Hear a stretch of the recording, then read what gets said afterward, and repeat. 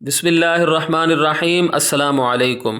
9ویں جماعت کی اردو اسلامیات اور انگلش پنجاب بورڈ کے نوٹس PDF میں خریدنے کے لیے رابطہ کریں۔ اردو اور اسلامیات کے نوٹس ہارڈ کاپی میں بھی دستیاب ہیں، گھر بیٹھے آن لائن خریدے جا سکتے ہیں۔ نوٹس خریدنے کے لیے ان نمبرز پر رابطہ کیجیے۔ انشاءاللہ آج کی ویڈیو میں آپ کے سامنے کلاس 9 انگلش پنجاب بورڈ کے یونٹ 11 دا ڈیئر ڈپارٹڈ کی ایکسرسائز میں موجود 5 کوئسچنز کے آنسرز پرووائڈ کروں گا، اور انشاءاللہ یہ آنسر اور کوئسچن دونوں ٹرانسلیشن کے ساتھ ہوں گے، اور جو مشکل الفاظ ہوں گے وہ میں آپ کو ساتھ میں سمجھاتا بھی جاؤں گا۔ تو آئیے ویڈیو شروع کرتے ہیں۔ کوئسچن نمبر 1 ہے ہمارے پاس۔ Question number 1، what do the actions and words of Mrs. Slater and Mrs. Jordan reveal about their true motivations? How do these motivations influence their behavior throughout the play؟ یعنی Mrs Slater اور Mrs Jordan کے افعال اور الفاظ ان کے حقیقی محرکات کے بارے میں کیا ظاہر کرتے ہیں؟ یہ محرکات پورے ڈرامے میں ان کے رویے پر کس طرح اثر انداز ہوتے ہیں؟ مشکل الفاظ دیکھ لیں۔ ہمارے پاس جو مشکل الفاظ ہیں وہ کچھ یوں ہیں۔ ایکشنز کا مطلب ہوتا ہے افعال، اعمال کو بھی کہتے ہیں، ورڈز کہتے ہیں الفاظ کو، اور ٹرو موٹیویشنز کہتے ہیں حقیقی محرکات کو۔ انفلوئنس کا مطلب ہوتا ہے اثر انداز ہونا، تھرو آؤٹ دا پلے کا مطلب ہوتا ہے پورے ڈرامے میں۔ اس کا آنسر ہے، سب سے پہلے آنسر دیکھ لیں پھر اس کی اردو بھی بتاتے ہیں آپ کو۔ The actions and words of Mrs Slater and Mrs Jordan reveal their greed and selfishness. میں نے کوشش کی ہے کہ ہر جواب 4 جملوں پر مشتمل ہو، کیونکہ یہ سوال جو ہے وہ 4 نمبرز کا ہوگا تو 4 جملے ہونے چاہیے۔ Instead of showing grief they focus on their father's money and property. These motivations make them act dishonestly throughout the play. Their greed controls their decisions and causes conflict between them۔ Urdu اس کی دیکھ لیں۔ اس کا ترجمہ ہے کہ Mrs Slater اور مسز جارڈن کے افعال اور الفاظ ان کے لالچ اور خود غرضی کو ظاہر کرتے ہیں۔ وہ دکھ کا اظہار کرنے کی بجائے اپنے والد کے پیسے اور جائیداد پر توجہ مرکوز کرتی ہیں۔ یہ محرکات انہیں پورے ڈرامے کے دوران بددیانتی سے کام لینے پر مجبور کرتے ہیں۔ ان کا لالچ ان کے فیصلوں کو قابو کرتا ہے اور ان کے درمیان جھگڑے کا باعث بنتا ہے۔ چلیں اب کچھ الفاظ دیکھ لیتے ہیں جو مشکل سے الفاظ ہیں۔ تو اس کے اندر ایک لفظ ہے گریڈ کہتے ہیں لالچ کو، سیلفشنس کہتے ہیں خود غرضی کو، اور انسٹیٹ کا مطلب ہوتا ہے کہ بجائے، اور گریف کا مطلب ہوتا ہے دکھ، ٹھیک ہے، غم، دکھ۔ فوکس کا مطلب توجہ مرکوز کرنا، پراپرٹی کہتے ہیں جائیداد کو، منی کہتے ہیں پیسوں کو، موٹیویشنز کہتے ہیں محرکات کو، ڈس آنیسٹلی کہتے ہیں بددیانتی سے، اور اس کے بعد تو آسان سے کانفلکٹ کا مطلب ہوتا ہے تنازع یا جھگڑا، اور ڈیسیشنز کا مطلب ہوتا ہے فیصلے، ٹھیک ہے۔ اچھا جی، کوئسچن نمبر 2 ہے ہمارے پاس۔ کوئسچن نمبر 2 ہے، how does the conflict over Mr Merryweather's positions drive the plot of the play? What does this conflict reveal about the characters values and priorities? تھوڑی سی پروننسیشن کی غلطی ہو سکتی ہے لیکن جواب انشاءاللہ درست ہوں گے۔ مسٹر میری ویدر کی ملکیتوں پر ہونے والا جھگڑا ڈرامے کے پلاٹ کو کس طرح آگے بڑھاتا ہے؟ یہ تنازع کرداروں کی اقدار اور ترجیحات کے بارے میں کیا انکشاف کرتا ہے؟ ٹھیک ہے، اچھا یہ اس کو کے کر لیں، کرداروں کے اقدار کے بارے میں۔ اچھا جی، اب اس کے اندر دیکھ سکتے ہیں الفاظ تھوڑے سے مشکل میں آپ کو بتا دیتا ہوں۔ کانفلکٹ کہتے ہیں جھگڑے کو یا تنازع کو، پوزیشنز کہتے ہیں ملکیتوں کو، اور اس کے بعد ریویل کا یہاں مطلب ہوگا انکشاف کرنا، اور ویلیوز کہتے ہیں اقدار کو، اور پریورٹیز کہتے ہیں ترجیحات کو۔ پرائرٹیز یا پریورٹیز کہتے ہیں ترجیحات کو۔ بہرحال یہ الفاظ آپ سن لیجئے گا یہ کس طرح اس کو پروناؤنس کیا جاتا ہے۔ تو اس کا آنسر ہے، دا conflict over Mr Merryweather's positions drives the plot by creating tension and arguments between Mrs. Slater and Mrs. Jordan. Instead of showing grief, they focus on his money and property. The conflict reveals that their values and priorities are purely materialistic. It shows that money and furniture are more important than family bonds for them. ٹھیک ہے. اچھا اب اس کے اندر مشکل الفاظ آپ دیکھ لیں، نہیں بلکہ آپ پہلے اس کی اردو دیکھ لیں، اس کے بعد مشکل الفاظ پر ہم آئیں گے. اس کی اردو کچھ یوں بنتی ہے کہ مسٹر میری ویدر کی ملکیتوں پر جھگڑا مسز سلیٹر اور مسز جارڈن کے درمیان تناؤ اور بحث پیدا کر کے پلاٹ کو آگے بڑھاتا ہے. دکھ کا اظہار کرنے کی بجائے وہ ان کے یعنی مسٹر میری ویدر کے پیسے اور جائیداد پر توجہ مرکوز کرتی ہیں.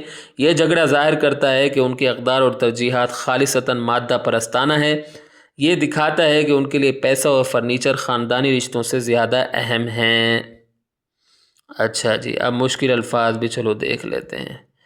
تو اس کے اندر الفاظ یہ تو آ چکا ہے، یہ بھی آ چکا ہے. کریٹ کا مطلب ہوتا ہے پیدا کرنا، ٹینشن کہتے ہیں تناؤ کو، اور آرگومنٹس کہتے ہیں جھگڑے کو یا بحث کو کہتے ہیں، آرگومنٹس کہتے ہیں بحث کو. ٹھیک ہے. اچھا اس کے بعد انسٹیٹ کا مطلب ہوگا کہ بجائے. یہ لائن پوری آ چکی ہے تقریباً. یہ لائن میں نے اس لیے دہرائی ہے تاکہ آپ کو یاد کرنے میں آسانی ہو. اور اس کے بعد پرائرٹیز کا مطلب ہوتا ہے ترجیحات. پیورلی مٹیریلسٹک کا مطلب ہوتا ہے خالصتاً مادہ پرستانہ. ٹھیک ہے.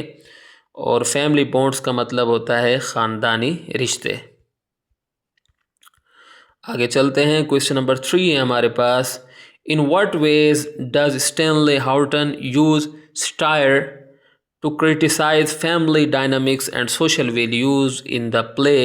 How effective is this approach in conveying his message? چلو پہلے اردو دیکھ لیتے ہیں، ترجمہ دیکھ لیتے ہیں. ترجمہ اس کا کچھ یوں ہے کہ اسٹینلے ہاؤٹن نے ڈرامے میں خاندانی نظام اور سماجی اقدار پر تنقید کرنے کے لیے کس طرح طنز کا استعمال کیا ہے. اپنا پیغام پہنچانے میں یہ طریقہ کار کتنا مؤثر ثابت ہوا ہے. چلیں جی اب اس کے بعد اس کے الفاظ دیکھ لیتے ہیں مشکل والے. جیسے یہ سٹائر کا مطلب ہوتا ہے طنز، کرٹیسائز کا مطلب ہوتا ہے تنقید کرنا، فیملی ڈائنامکس کا مطلب ہوگا یہاں پر خاندانی نظام، اس کا مطلب یہاں ہوگا خاندانی نظام. سوشل ویلیوز کا مطلب ہوتا ہے سماجی اقدار اور پلے ڈرامے کو کہتے ہیں. افیکٹو کا مطلب ہوتا ہے مؤثر. کنویئنگ کا مطلب ہوتا ہے پہنچانا. میسج کا مطلب ہوتا ہے پیغام. چلو اس کا آنسر دیکھ لیتے ہیں. Stanley Houghton uses satire to show that the daughters care more about their father's furniture and insurance than his life. The family focuses on wearing the right mourning clothes just to impress others. This method is effective because it clearly highlights their hypocrisy. It conveys the message in an interesting and humorous way. Urdu اس کی کچھ یوں ہے کہ Stanley ہاؤٹن طنز کا استعمال کرتے ہوئے دکھاتے ہیں کہ بیٹیاں اپنے والد کی زندگی سے زیادہ ان کے فرنیچر اور انشورنس کا خیال کرتی ہیں، پرواہ کرتی ہیں. خاندان صرف دوسروں کو متاثر کرنے کے لیے ماتمی لباس پہننے پر توجہ دیتا ہے. یہ طریقہ کار مؤثر ہے کیونکہ یہ واضح طور پر ان کی منافقت کو اجاگر کرتا ہے. یہ طنز پیغام کو دلچسپ اور مزاحیہ انداز میں پہنچاتا ہے. اچھا جی اب اس کے اندر الفاظ آپ دیکھ لیں. کیئر کا مطلب خیال کرنا یا پرواہ کرنا بھی اس کا مطلب ہوتا ہے. اور فوکس کا مطلب ہوتا ہے توجہ مرکوز کرنا. مورننگ کلوتھس کا مطلب ہوتا ہے ماتمی لباس. اور ویئرنگ کا مطلب ہوتا ہے پہننا. ٹھیک ہے. اچھا جی اس کے بعد افیکٹو کا مطلب ہوتا ہے مؤثر. ہائی لائٹس کا مطلب ہوتا ہے یہاں ہائی لائٹس کا مطلب ہوگا اجاگر کرنا. ہپوکریسی کہتے ہیں منافقت کو. اور ہیومرس وے کا مطلب ہوتا ہے مزاحیہ انداز. اچھا جی کویشچن نمبر 4 ہے ہمارے پاس. How does the play challenge the traditional idea of family unity and affection? What does the dear departed suggest about the nature of family ties when material wealth is involved؟ یعنی اس کی اردو کچھ یوں ہوگی کہ یہ ڈرامہ خاندانی اتحاد اور محبت کے روایتی تصور کو کس طرح چیلنج کرتا ہے. دی ڈیئر ڈپارٹڈ مال و دولت کے سامنے خاندانی تعلقات کی حقیقت کے بارے میں کیا تجویز دیتا ہے. اچھا، اب اس کے اندر الفاظ آپ دیکھ لیں. ٹریڈیشنل آئیڈیا کا مطلب ہوتا ہے روایتی خیال یا روایتی تصور. فیملی یونٹی کا مطلب خاندانی اتحاد. افیکشن کا مطلب ہوگا محبت.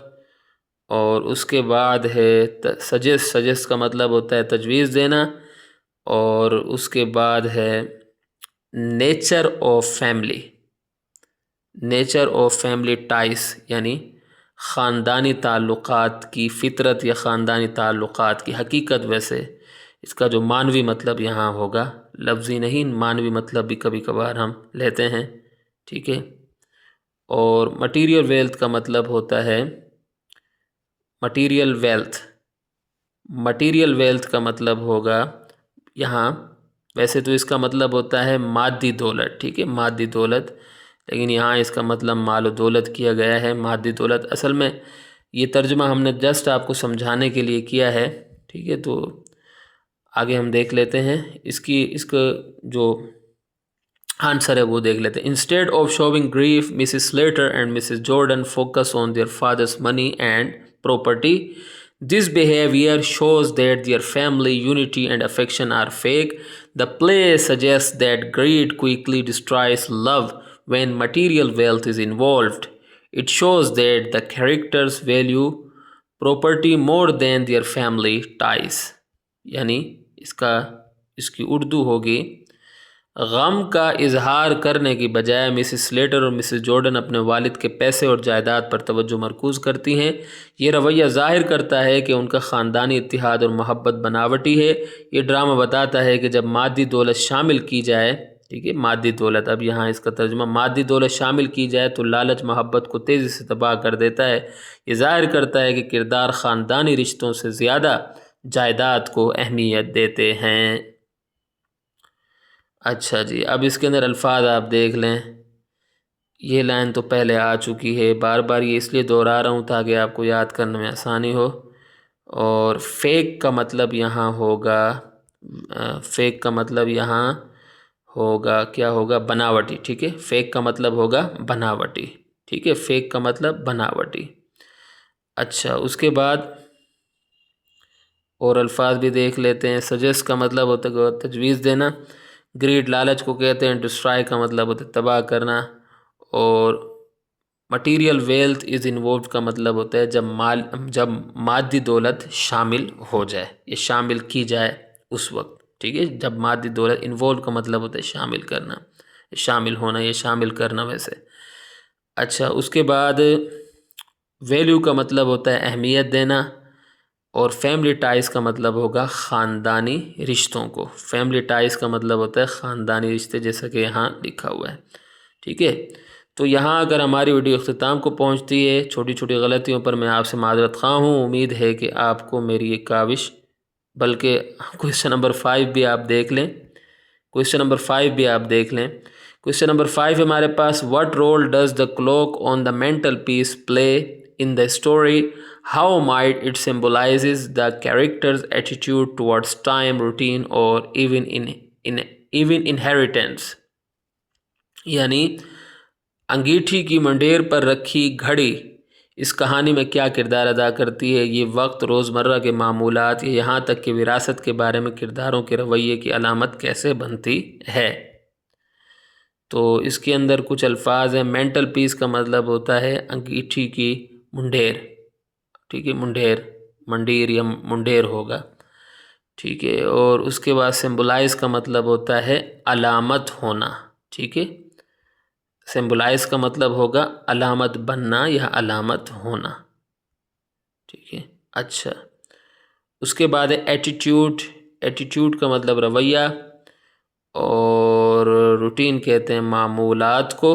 معمولات کو انہیریٹنس کہتے ہیں وراثت کو. تو اس کا جواب ہے، the clock on the mantelpiece plays an important role in the story. Mrs Slater steals the clock from her father's room to keep it for her self.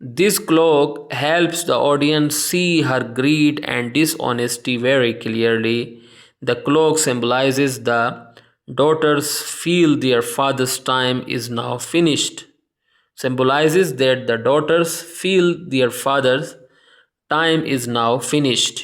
It proves they care more about his things than their relationships with him.